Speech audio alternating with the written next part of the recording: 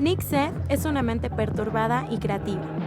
Autor del Manifiesto de Transgresión, Zedd utiliza en su obra elementos como el sexo explícito, la violencia y las drogas para causar una irrupción en el público que lo liberará de los estereotipos que conforman el monótono sistema estructuralista en el que vivimos. I think sexuality is something that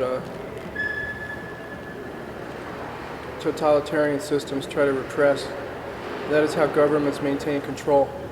So if I can explore sexuality in an honest way, it can help people to free themselves from the mind control of the government. And drugs are nice. They're a way to free yourself from control. Rock and roll was always an inspiration because it was an escape from the boring existence that we're forced to live in capitalist societies. Art is something you cannot define, and that's where its strength lies. The only reason I chose that word transgression was as a label to get people's attention, in the same way that surrealism was a label, or Dadaism, or the beat writers, or punk rock. It's a way to get attention from the media. A pesar de que todos sus filmes son ficción, mantienen un toque visual de documental. Zedd retoma la tradición del cine underground norteamericano para posteriormente identificar su obra como el sucio cine de culto.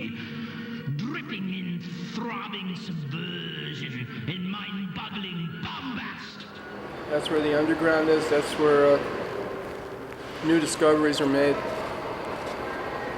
When you're an amateur, that's when you make discoveries. That's what children do. They make new discoveries because they're not conditioned. And all the great artists operated in that same way. Picasso talked about that, trying to get back to being a child, or having a sense of wonder or a sense of innocence. Art is individualism. It's the most extreme form of individualism, which means that I have no social responsibility whatsoever, and it should not be ascribed to me. I don't have to deliver a message or be controlled by any ideology.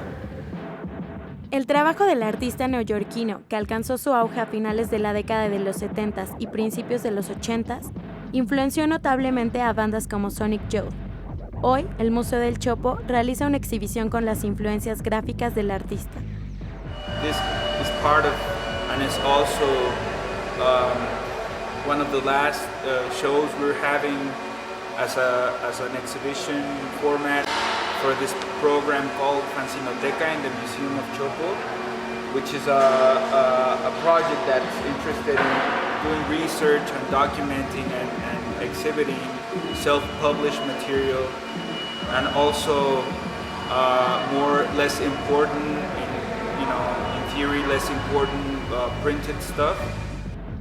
And we wanted to show like the sort of like the genesis or the origins of underground culture and self-publishing, with a figure that's been promoting the DIY ethics with his films and with his work. So The Invisible Scene is the title of the show, and it's because as we talked before, the movies and the publications were, they circulated within the underground, most of them, so it was hard for people to notice that they were there, and in that sense they were invisible to the public.